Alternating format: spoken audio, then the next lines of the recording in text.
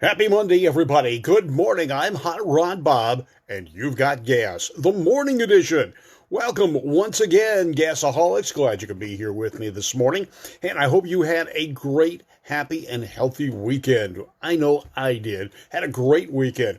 Now, with the advent of social distancing and restricted movement and restricted events that you can't go to any longer, or they just can't have them any longer, the cruising has become a big thing once again.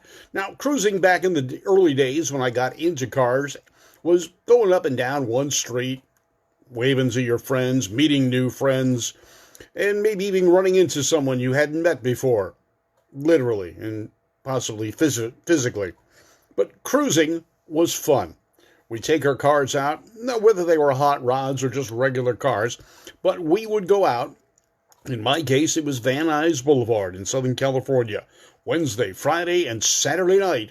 Under the lights on Van Nuys Boulevard, we would cruise. I made a lot of friends that I still have today from my days on Van Nuys Boulevard, whether it was from the car club, the Royal GTOs, Associated Vans, Vandits, LA County Street Racers, and many more. And birthday boy, Ken Warner's watching us this morning. Happy birthday to you, Ken. Bobby Z. We cruised with him in Huntington Beach just a few months ago, before all this stuff happened. And cruising is becoming popular again. We can't have static car shows, so we have cruising events, where you may drive up and down a street, a particular street, you can wave, or you go on a long caravan. And the caravan cruises are the most popular and the easiest to control because you're constantly moving. We went on one this Saturday, and I'll tell you what, it is a continuation of a regular static car show that can no longer be held because of the COVID issues. Well, Collector Car Appreciation Day. That is it's kind of like a national holiday for car people because it was a federal resolution. Yes, Resolution 513. It was sponsored by Senator Joe Tester, a Democrat, and Richard Burr, a Republican. Look at that. They can work together. These two guys got together with the help of their constituents and put together an annual event, a proclamation, and a resolution, 513, Collector Car Appreciation Day. Now, it's usually the second Saturday or the weekend of the month in July. This year, it ended up on July 11th.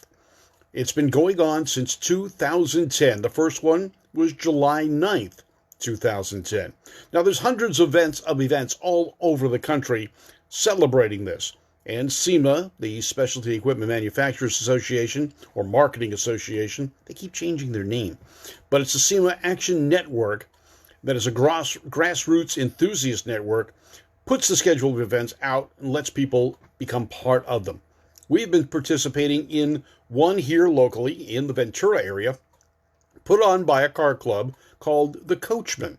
Now, the Coachman put on cruise nights every week, and in this case, they are literally cruises, where you're cruising now because they're not parking. They used to do it in the parking lot of shopping centers and so forth, and we'd gather a few hundred cars together on a Friday or Saturday night and socialize, take a look at each other's cars. But the Coachmen, they are persistent, and they have continued doing not only the static car shows as long as they could, none this year, and they have organized some of the best cruises around. And we were on a 50 or 60 mile cruise this weekend. Little over 200 cars participated. Now, we all ended up at a shopping center at the Rock and Roll restaurant, I believe it was. And it was great. Did we social distance? When possible. Did we wear masks? Most people did. Was it fun? Damn right it was. Hi, Jack Swanson. Congratulations on the win this weekend at Irwindale. Your winning ways continue on there. So you're in the Summit Series races, and you're doing good. Glad to see that. Cars bringing people together. Who would have thought? Yeah, you're right, Jason. And it is a great thing. Again, we had about 200 cars. There were Well, Randy Kerdoon, my partner with Talking About Cars, and I were there together, along with our wives, and members from other car clubs. The Corvette Club I belong to here in Ventura, there were three of us there. The early Ford V8 Club that we're a member of, well, I'm the associate member. My wife is the member. It's, after all, her early V8 Ford car that we joined the club with. Oh, there were members from our Chevrolet Club, the Chevy Classics. And there were more. Like I said, over 200 cars.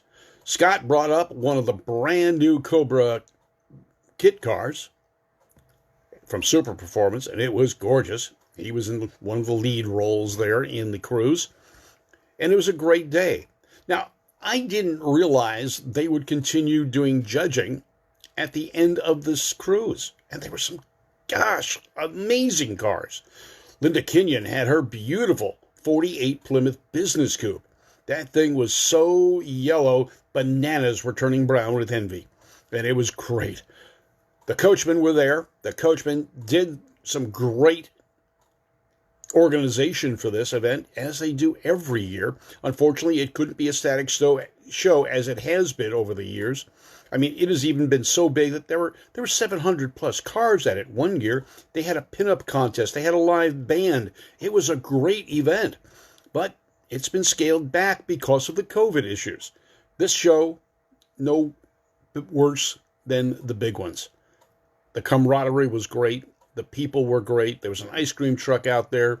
We had the restaurant, had a root beer float. Well, that's something I haven't had in a long time, actually since Hot Rod Reunion last year.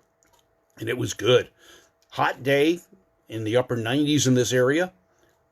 Loved it. It was great. Good morning, Steve. How are you doing? Steve Jarvis, my cousin, tuning in. So we had a great time. Now, they did a top 10 pick. And their top 10 pick was nothing done with points, nothing done with, well, this car is a show quality car. It was what they thought were the best representative vehicles for the group of people there. And they picked them based on very different parameters. As a matter of fact, I don't know what the parameters are, and they had nothing standard. They said, you're the judge, you pick the car that you want. And it was up to the individual judges to pick the car they felt best represented the car hobby. And after all, this was Collector Car Appreciation Day, where we celebrate people and the cars they collect. Well, I got picked. I didn't build a show car. My car's been on the road with the same paint job since 1972. A paint job done by Earl Scheib's organization. It was great. I mean, it shines. It's a black car. It's there. It's not a show quality car by any stretch of the imagination. I've put over 80,000 miles on the car since I built it as a hot rod in 1983. It goes. Now, a shout out to Full Scale Hot Rods. Friday, if you were watching GAAS, Johnny Martinez and I went on a road trip with my coupe up to Goleta, California on the Central Coast. Cruised up there. Went to a friend of his at a paint shop, picked up some great bowling pins that this guy had candy-coated in red. They're just beautiful. And Johnny is striping and getting ready for one of his customers. On the way back, we stopped and had lunch in Carpinteria. The car started running a little funny, but hey, got on the throttle, got on the freeway, got Johnny home, no problem. On the way back from Johnny's house to my house, a wire from the Pertronics unit caught the rotor on the inside of the distributor.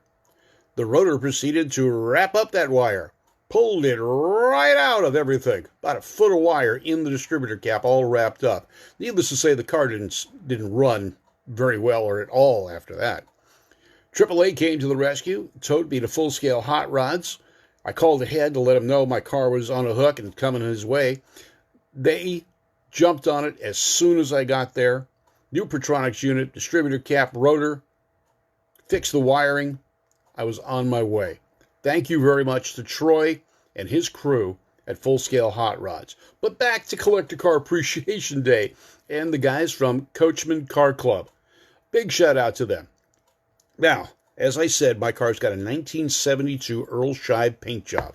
Now, I know it's a 1972 Earl Scheib paint job because when I bought the car in 1983, I found the receipt and the touch-up paint that came with every Earl Scheib paint job in the trunk. Now, it was there, and I tried to use it, but it had dried up over time. But it was kind of cool to find it there, and that's how I knew Earl Scheib's organization had painted the car. As a kid, and I'm sure many of you remember those Earl Scheib commercials. I'll paint any car, any color for $29.95. And then it became $39 and then $49, and now they don't even advertise the price, but they're still out there. Their paint jobs were not show quality by any means. They were consumer quality. You got your car shiny and painted with fresh paint. And the owner of the car before me did just that. And the car looked pretty good. Now, the original color of my car was black, so it was a simple respray on the exterior portions of the car. The roof, the trunk, one door, front fenders still have the original Earl Scheib black paint on it. Now, I blew a tire once and had to repaint a rear fender, and the hood's been louvered, so we repainted that, and then we put flames on it, and that covers a lot of the front. But the majority of the black paint on this car is still 1972 Earl Scheib. Now, living in the area, Don Scheib, the grandson, I believe, of Earl, was there at the show. And he is a car enthusiast. Good morning, Ellen Fox. How are you doing? I'm doing great. Hope your knee surgery went well and you're back on your feet, getting ready to do some skiing next year. Well, he walked around and he was looking at the cars, and he heard the story from someone, because I've not been bashful about saying it's an Earl Scheib paint job when my car's parked by cars that have more money in their paint than I've got in my whole car. You know what? It's all in what your pocketbook affords and what makes you happy. For me, my car shines. It looks good. I turn the key, I start it up, and most times it runs, and I drive it. It's not a show car. It was never intended to be a show car. It was intended to be put the key in the ignition, hit the switch, fire it up, and drive it. I don't have all that much horsepower. Little 305 Chevy. Gets me there. 25 miles per gallon if I can keep it below 70 on the freeways. And I drive it. And I drive it a lot. As I said, 80,000 miles since I built it into a hot rod. Well, the story got back. Don was walking around. He happened to be one of the judges for the Collector Car Appreciation Day put on by the Coachman Car Club. He picked my car. Well, I'm definitely not expecting that. Not in the least bit. Car show? Okay, I go to car shows all the time. I go to cruises almost every weekend. And you can hear some noise in the background because I'm really proud of this. And I'm not proud because I got a show car and I won. I'm proud because of the legacy. And Don Scheib chose my car. And I got a top 10 pick from the guys at Collector Car Appreciation Day, Vista Ford, Coachman Car Club. Thank you. You don't know how much I appreciate this. They recognize my car for what it stands for. Hot rodding in the truest and purest sense. Yeah, the purists that have Mopars, they may not like my car. I've got a Chevy engine. They may not like the flames because it detracts from the original Chrysler designs or styling. But you know what? It's my car. I built it for me. I've taught both my boys how to drive on that car.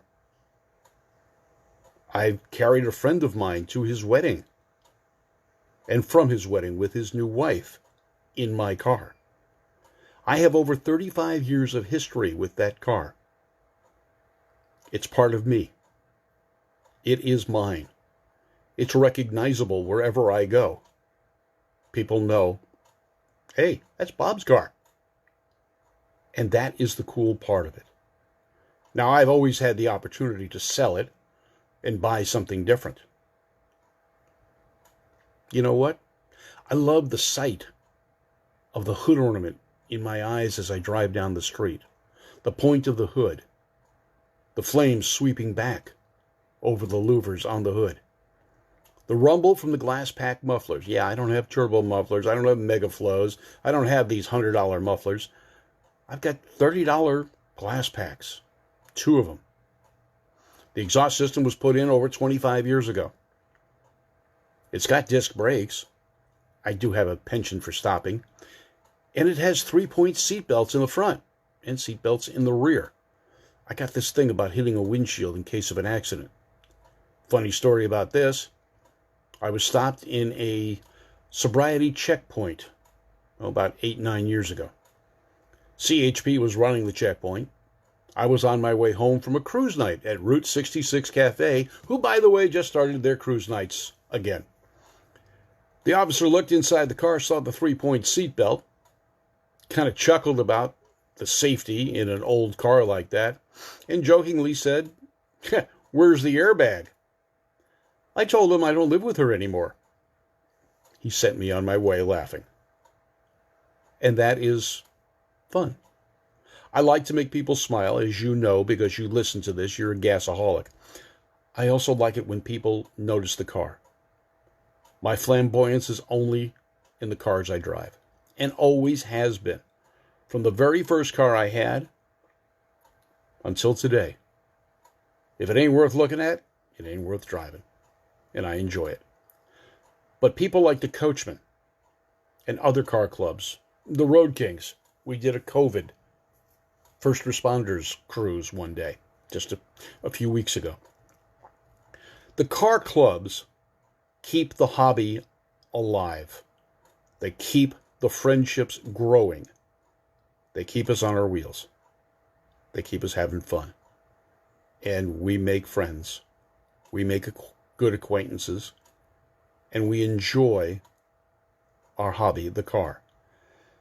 And for those of you that are anti-car, well, first off, you're probably not watching this. Hi, Bruce Rothberg, my other cousin from New Jersey, is watching right now. The car is a significant part of history. Detroit wouldn't be the motor center of the world had it not been for the automobile. California, you can't be here without having a car. It's really difficult. Now, we had a mass transit system long before the car, but people like the car. Now, one thing to think about, and this was brought up by Ed Justice Jr., with the advent of this COVID-19 and the fear of physical presence of others that may have a virus, more and more people are driving themselves. More and more people are in their own cars. More and more people have given up public transportation for fear of spreading a virus or catching that virus. Without the automobile and the transit systems that we have, the highways built beginning after World War II as a military advantage to get cross-country, but consumers have used it quite effectively. I've driven Route 66 from St. Louis across 3 or 4 times. I've driven Highway 10 to Dallas many, many times. The furthest I've driven, New York to California, twice. First time in a 1954 Mercury. It wasn't new, and I was just a youngster of 19. We did it. It was an adventure. Collector Car Appreciation Day and the Coachman Car Club. Been going together for over 10 years. Thank you very much, guys. I look forward to Collector Car in 2021. And hopefully, we'll get back to regular car shows soon. You guys have a great day. I'm Hot Rod Bob. You've got GAAS, the Great American Auto Scene. Not only is it available here on Facebook, but on YouTube as well. If you miss the daily GAAS, you can catch it again on YouTube. GAAS, Great American Auto Scene. I'm Hot Rod Bob, and you've got gas. the morning edition. Brought to you by Irwindale Speedway, Irwindale Drag Strip, Valley Head Service, Beach Underwriting, Moon Eyes, and Service Tech. The people that get you the equipment you need to service your car in your garage, whether it's a commercial garage or your home shop. They've got it. They got the stuff you need. All right, you guys have a great day. I'm headed out. I'm going to go pick my wife up in the hot rod, and we're going to go to lunch. She's working. I'm playing. You guys have a great day. Thanks a lot for tuning in. I'm Hot Rod Bob. You've got gas, part of Two Tired Guys Productions. Gas and talking about cars. The two car shows you'll like to see and listen to on radio.com and on YouTube. Take care, folks. Have a great day.